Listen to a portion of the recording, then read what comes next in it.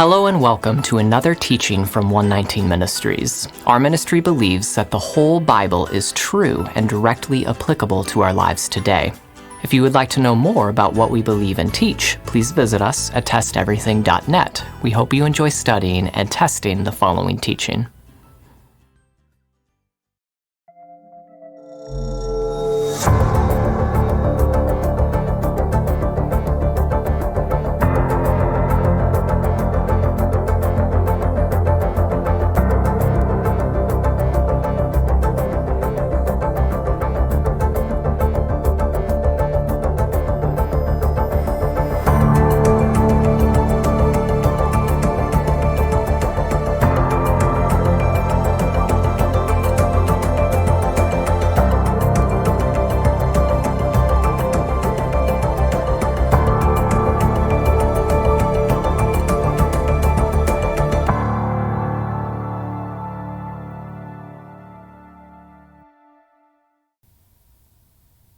Is the Bible immoral? Critics say yes. They point to Deuteronomy chapter 22, verses 13 through 21 as proof that the Bible sanctions the mistreatment of women. However, a closer look at this passage reveals something different. This biblical legislation is actually designed to protect women.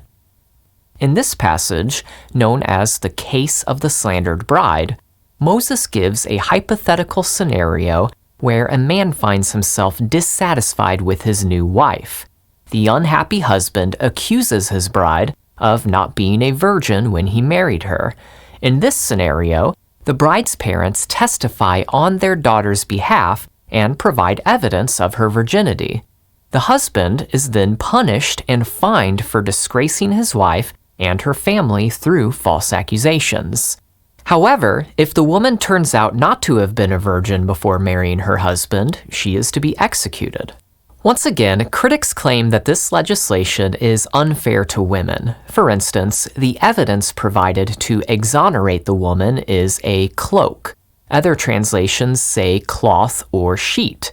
This cloth refers to a garment or sheet placed on the marriage bed, which would contain blood from the breaking of the young woman's hymen during initial sexual intercourse.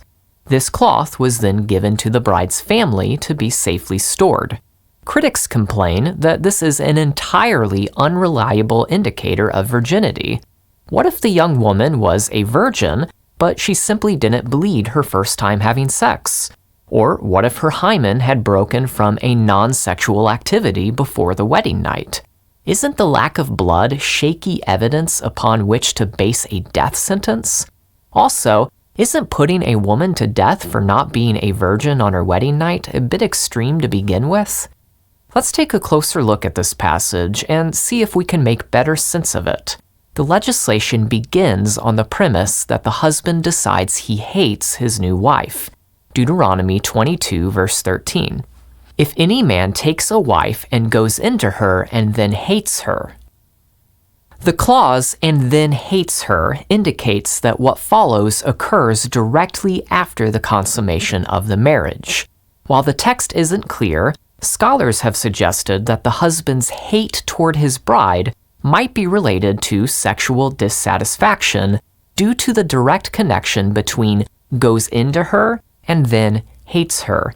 As Peter Craigie writes, the reason for the hate is not made explicit, though it could have been related to some factor unknown before the wedding, such as a lack of sexual compatibility. Whatever the reason, the mention of the husband's hate toward his bride likely implies that he wishes to divorce her. For instance, this word occurs in the Torah legislation governing divorce and remarriage. Scholars have pointed out that this term is often associated with divorce outside of the Bible as well. For instance, numerous divorce certificates have been found in the Elephantine Papyri, a collection of writings from a Jewish community in Egypt around the 5th century BCE. In these ancient divorce certificates, we discover that the standard spoken formula for enacting a divorce included, quote, "I hate my wife," or quote, "I hate my husband." Thus, the husband's motive behind his accusation seems to be a desire to get out of his responsibility to care for his wife. According to the Torah, divorcing one's wife requires finding, quote, some indecency in her. In this case, the indecency is that the bride is not a virgin, or so the husband says. So what does he do? He sets out to slander her, accusing her of having engaged in premarital sex with someone else before she married him. Deuteronomy 22 verse 14. And the man accuses her of misconduct and brings a bad name upon her, saying, I took this woman, and when I came near her, I did not find in her evidence of virginity. So, to get out of his marital responsibilities toward his bride, the husband accuses her of not being a virgin. There is possibly a financial motivation on the part of the husband as well, since marriage contracts involved the husband paying a bride price to the bride's family. The husband's accusations might be his attempt to reclaim the money he paid to marry his bride, claiming a breach of contract. This would help explain the bride's parents' involvement in the case and the financial penalty imposed on the husband for slander. Speaking of the bride's parents, they are the ones who come to her defense and respond to the husband's accusations. Remarkably, the Torah turns the situation completely around on the husband, putting him on the stand. The bride's father accuses the husband of mistreating his daughter by his dishonest attempt to abandon his marital commitments. Evidence is then presented that clears the bride's name and convicts the husband. Deuteronomy 22 verses 15 through 17. Then the father of the young woman and her mother shall take and bring out the evidence of her virginity to the elders of the city in the gate. And the father of the young woman shall say to the elders, I gave my daughter to this man to marry, and he hates her. And behold, he has accused her of misconduct, saying, I did not find in your daughter evidence of virginity. And yet this is the evidence of my daughter's virginity. And they shall spread the cloak before the elders of the city. This is where this passage gets interesting. It's often assumed that the husband is the plaintiff in this case, and that he has formally charged his bride before the city elders, putting his bride's life at risk. However, the text does not explicitly state this. It's more likely that the law describes the bride's parents as the ones who initiate the case, formally charging the husband of slandering their daughter in the community. This would make the husband not the plaintiff, but the defendant. Citing similar legislation in Deuteronomy, Carolyn Pressler demonstrates how this interpretation is more likely. The structure of the law seems to indicate that the parents of the girl are the plaintiffs in this case. Deuteronomy 22 verses 13 through 19 is formally very similar to Deuteronomy 21, 18 through 21 and 25, 5 through 10.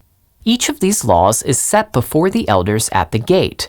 In each law, a description of the case is followed by instruction to persons to come before the elders and make statements. The words that they are to say echo the previous description of the case.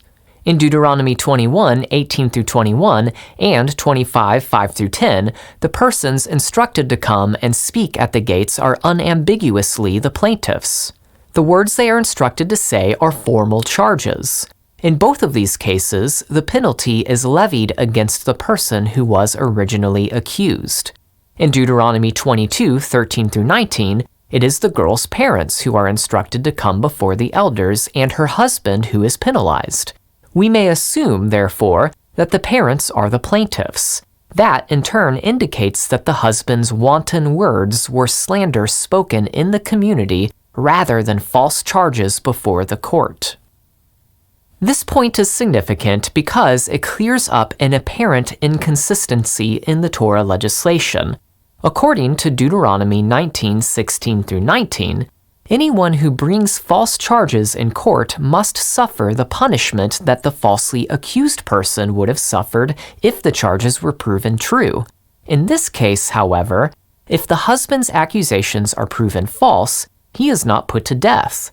Because of this, critics claim that Deuteronomy 19, 16 through 19 concerns only men and offers no such protection for women who are falsely charged in court.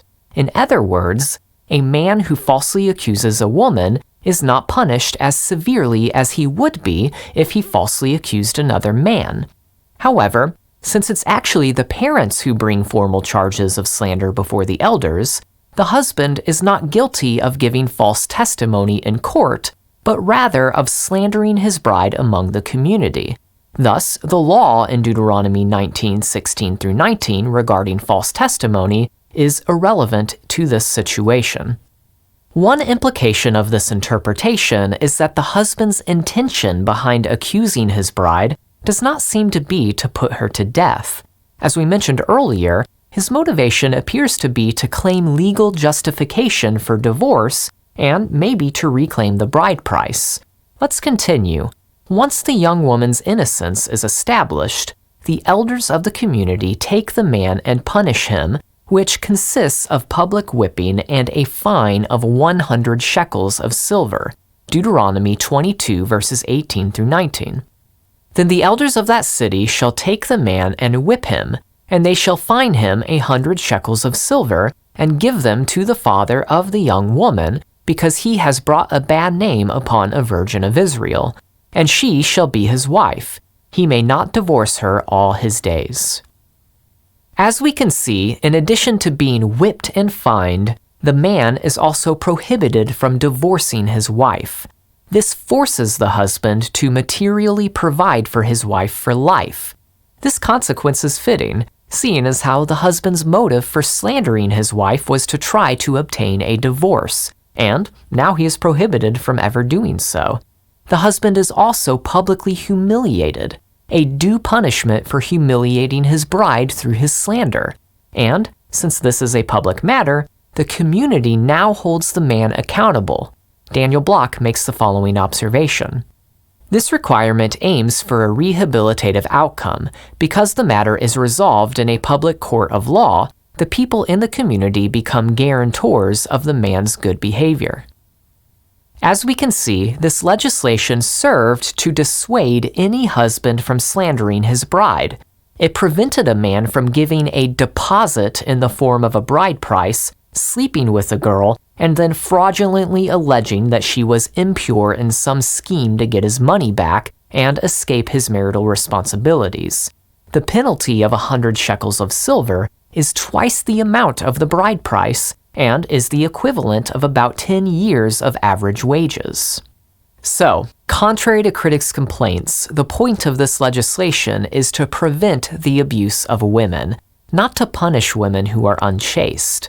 The Torah is clearly concerned about the woman's welfare, including her name and reputation. The reason the Torah gives for the husband's punishment is that he, quote, brought a bad name upon a virgin of Israel. In the community governed by Torah, men could not treat women like property, having their way with them and then throwing them away. They couldn't slander women in the community and expect to get away with it. The Torah demands that God's people be committed to protecting and honoring women. But what about the evidence given in defense of the woman, that is, the cloth presented before the city elders? Again, isn't this evidence unreliable? Well, let's consider a few points that demonstrate the bride's position to be much stronger than critics acknowledge. First, while the evidence of the blood-stained cloth might seem strange to modern readers, such evidence was widely accepted as an indication of virginity in ancient Near Eastern culture, and even among some Middle Eastern cultures today. Regardless of what modern Westerners think of it, the biblical passage declares that this evidence is sufficient to find the husband guilty.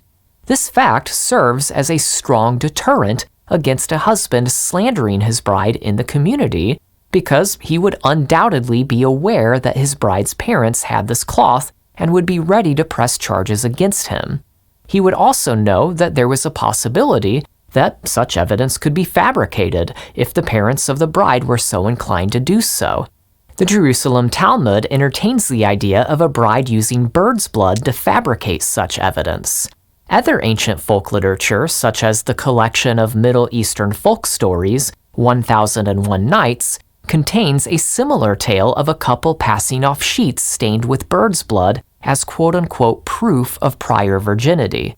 Thus, the fact that this cloth is admissible in court essentially guarantees that the bride and her family would win the lawsuit. And again, unless the husband is a complete fool, he would know that he would be at a disadvantage legally if the bride's parents pressed charges. Knowing this, a husband presumably would not be so foolish to slander his bride to begin with, which appears to be what this law intends to accomplish. That is, to prevent men from slandering their brides. To paraphrase, it's like Moses is saying this: some of you men might get this crazy idea that you can use and lose a woman by slandering her in the community. Be assured that you will not get away with such a scheme because her parents can press charges and the case will be completely stacked against you. If the husband has legitimate suspicions that his bride had sexual relations with someone else during the betrothal period, which would be considered adultery, the proper protocol would be to bring her to court with at least 2 witnesses who could testify to her sin, or else bring her to the priest for the adultery test. He should not be slandering her among the community. For more on the adultery test in Numbers 5, see our teaching Answering Atheists, Understanding the Test for Adultery. Second, it's unreasonable to assume that the evidence presented by the bride's parents was limited to only the blood-stained cloth. The testimony of the bride's family, and any other witnesses they might enlist, in addition to the lack of proof beyond mere allegations on the husband's part, likewise weighed in favor of the bride. Third, this matter was to be addressed publicly before the community elders, which provided an additional layer of protection for the bride, as well as a deterrent to a husband raising baseless allegations. The elders had a responsibility and an interest in protecting the members of the community, which have included not only appropriately dealing with promiscuity, but also preventing the unjust sentencing of an innocent woman. Out of fear of Yahweh, the elders would have taken special care not to risk condemning the innocent. In any case, it's evident that the purpose of this legislation is to protect women from the potential abuses of men, demonstrating God's concern for their security and reputation in the community. Additionally, as the scholar Katie McCoy argues, the law appears to assume the woman's innocence. Given the husband's disposition toward his bride, his financial motives, and the parents' presumed readiness to defend their daughter, one may assume that the young woman described in this law was likely a virgin at the time of her wedding. That the prescription for the woman's innocence appears before the prescription for her guilt may also reinforce this point. While this passage primarily deals with what to do when a husband slanders his bride, it gives an epilogue of sorts describing what should be done if the woman did have premarital sex with someone else before her marriage. The verses that follow begin a hypothetical counter case in which it is assumed that the woman is guilty. Let's take a look. Deuteronomy 22 verses 20 through 21. But if the thing is true, that evidence of virginity was not found in the young woman, then they shall bring out the young woman to the door of her father's house, and the men of her city shall stone her to death with stones, because she has done an outrageous thing in Israel by whoring in her father's house. So you shall purge the evil from your midst. As we can see, severe punishment could be handed down if a woman is found guilty of engaging in premarital sex with someone else before her marriage. If the bride and her family lied about her virginity, thereby deceiving her husband, she was to be executed. Now, some might argue that this punishment for the woman's premarital sexual activity is unreasonably harsh. However, a few points are worthy of consideration. First, the specific crime for which the bride is executed does not seem to be the act of premarital sex itself. We know this because other passages in the Torah make it clear that premarital sex itself is not a crime punishable by death. So, how do we make sense of this discrepancy? One option might be that the passage assumes that the act of premarital sex had occurred during the betrothal period, which would be considered adultery. While that's possible, it isn't certain. A second option is that the bride's act of deceiving her husband from the Torah's perspective upgrades this non-capital crime of premarital sex to a capital crime, as Katie McCoy explains. If a woman had not been a virgin at the time of her wedding, her husband would have reason to suspect that any offspring conceived near the time of their initial union might not be, in fact, his own child. To the Hebrew mind, one's progeny were inextricably linked to spiritual inheritance and identification with God's people. Thus, for the young Israelite woman, this law both condemned premarital sexual relations and deterred her from engaging in any illicit tryst. If the woman had not been a virgin at the time of her marriage, she would also have been guilty of perpetuating an elaborate farce. She would have presented herself as a virgin to her prospective husband with premeditated deception in order to secure a legitimate marriage. Once again, if we go with the second option, then the capital crime does not seem to be premarital sex per se, but rather the deliberate deception and false pretense to sexual purity on the part of the woman. The tragedy of such a scenario is that the Torah provides full restoration and redemption for the woman who engages in premarital sex if she comes clean about it at the beginning instead of deceiving her prospective husband, as McCoy writes. According to Deuteronomy 22:28-29, had the deflowered young woman been forthright about her indiscretion, her father could have confronted her seducer and secured a reputable marriage for his daughter. Had she simply told the truth, her father would have moved from co-conspirator, willing or not, to her greatest advocate. Legally, the father could have taken pains to secure a home for his young daughter, or, if he found the potential husband unsuitable, to require a bride price from her seducer, ensuring her financial provision and vindicating her reputation. A second point worth consideration is that the death penalty need not be enforced even if it is legally warranted. In this and other cases, the Torah lists the harshest punishment allowed by law, but a lesser punishment could be sought instead. We see this in other laws, such as Exodus 21:29-30. But if the ox has been accustomed to gore in the past, and its owner has been warned but has not kept it in, and it kills a man or a woman, the ox shall be stoned, and its owner also shall be put to death. If a ransom is imposed on him, then he shall give for the redemption of his life whatever is imposed on him. Here we see that if an ox kills someone, the law states that the owner shall be put to death. However, it goes on to say that a lesser penalty may be imposed upon him instead. That is, he could be required to pay a redemption price for his life, whatever is imposed on him. Presumably, in Deuteronomy 22:20-21, instead of having the bride put to death for her crime, a lesser penalty could be enforced. That is, the husband could be granted a legitimate divorce and have his bride price reimbursed.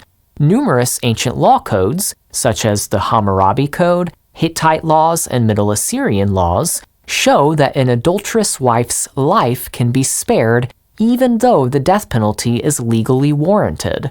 In such cases, a lesser penalty may be enforced, which often took the form of a legitimate divorce plus other reparations. Notably, in Jeremiah 3:8, Yahweh is said to have divorced Israel because of her adultery instead of having her executed, even though the Torah lists the death penalty as the punishment for adultery. Based on this information, Bruce Wells argues that the option of a lesser penalty can be reasonably assumed in this legislation. He draws a parallel with other ancient law codes regarding issues of sexual impropriety to make his case. Middle Assyrian laws A13 describes the typical adulterous situation and stipulates death for both the woman and her lover. The provisions in Middle Assyrian laws A12 and 14-16 add other details to this general principle. Most of the details have to do with where the illicit tryst took place, whether the woman gave her consent, and what penalties her husband could choose. In 15, for instance, the husband is allowed to inflict penalties other than the death penalty on his wife. The main point of 15 is that the wife's lover can be punished no more severely than the husband decides to punish his wife. One would not know about these lesser penalties, however, simply from reading 13. The provision in 13 omits such details since its purpose is to describe the most basic aspect of the law and the general principle involved. This is also the purpose of Part B in the passage about the slandered bride. Thus, it omits mention of other penalties as well. A third point worth considering is that this entire situation is completely avoidable in several ways. Most importantly, people could simply remain virgins until marriage. That is obviously the ideal situation. Moreover, if a husband feels dissatisfied with his wife for whatever reason, the couple could work out their issues instead of the husband slandering her to try to get out of the marriage. That would avoid the need for the bride's parents to initiate a court case to clear their daughter's name of false accusations. If the bride did have premarital sex, another way to avoid this scenario, as mentioned earlier, would simply be to disclose this information at the beginning. While the consequences of such a decision might make securing a marriage more difficult, especially if she doesn't marry the man with whom she had premarital sex, this option is certainly preferable to the legal consequences she might face for fraud. In conclusion, Deuteronomy 22:13-21 is not designed to punish women who are unchaste, but rather to protect women from the potential abuses of men. The text assumes the bride's innocence, describing a hypothetical scenario where her husband slanders her in an attempt to claim legal justification for divorce and fraudulently reclaim the bride price that he had paid to her family. The Torah deters men from making such slanderous accusations since the bride's parents could press charges, and the evidence admitted in court essentially guarantees that the bride and her family would win the lawsuit. However, the Torah also briefly describes a hypothetical counter case in which the woman is guilty and lists the death penalty as the proper punishment. It doesn't appear that the woman is punished for her premarital sexual activity per se, since the Torah does not prescribe the death penalty for premarital sex. We would surmise that the death penalty is prescribed in this case because 1. She was betrothed to her husband when she had sex with someone else, which would be considered adultery, or 2. Because her deliberate deception and fraud upgraded the non-capital crime to a capital crime. Regardless, just as this passage deters men from slandering their brides, it deters women from engaging in sexual promiscuity and premeditated deception. Although the punishment listed for the guilty bride is death, this is the most severe punishment and need not be enforced. A lesser penalty could be imposed instead. Nevertheless, this scenario is entirely avoidable in several ways. While this legislation might sound strange to modern readers at face value, a closer look reveals that it's designed to protect women and does not allow the innocent to be punished. We pray that you've been blessed by this teaching, and remember, continue to test everything. Shalom.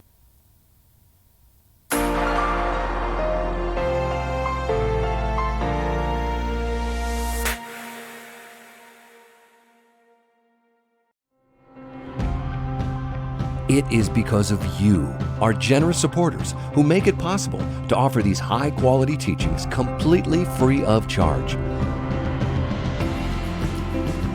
If you feel led to support 119 Ministries so that we can continue this effort, please visit testeverything.net and click on the Support 119 tab. Learn how you can partner with us to take the whole Word of God to the nations.